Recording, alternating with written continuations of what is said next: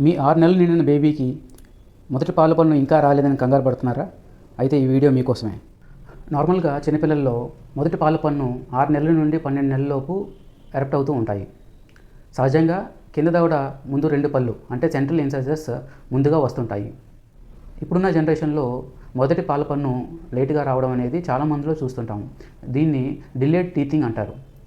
దీనికి కొన్ని కారణాలు హెరిడిటరీ అయి ఉండొచ్చు. అంటే బేబీ యొక్క తల్లిదండ్రుల్లో ఎవరికైనా లేటుగా టీత్ ఎరప్ట్ అయి ఉంటే అదేవిధంగా బేబీలో కూడా టీత్ లేటుగా రావడం అనేది జరుగుతుంది. ఇంకా కొన్ని కారణాలు ప్రీటర్మ్ బేబీస్లో కానీ లేదా లో బర్త్ వెయిట్ బేబీస్లో కానీ ఇలాంటివి రెగ్యులర్గా చూస్తూ ఉంటాము.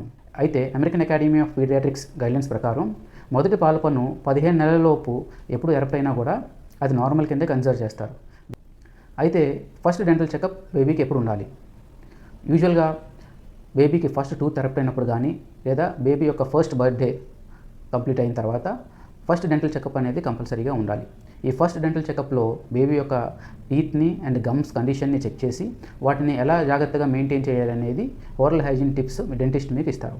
ఒకవేళ ఆ టైం కల్లా పళ్ళు రాకపోయినా డెంటిస్ట్ ఒక చిన్న ఎక్స్రే తీసి చిగురు లోపల పన్ను తయారైందా లేదా, దానితో పాటు కొన్ని బ్లడ్ టెస్టుల ద్వారా టీత్ లేట్గా రావడానికి గల కారణాలు అనేవి రూల్ అవుట్ చేయడానికి ట్రై చేస్తారు. Thank you.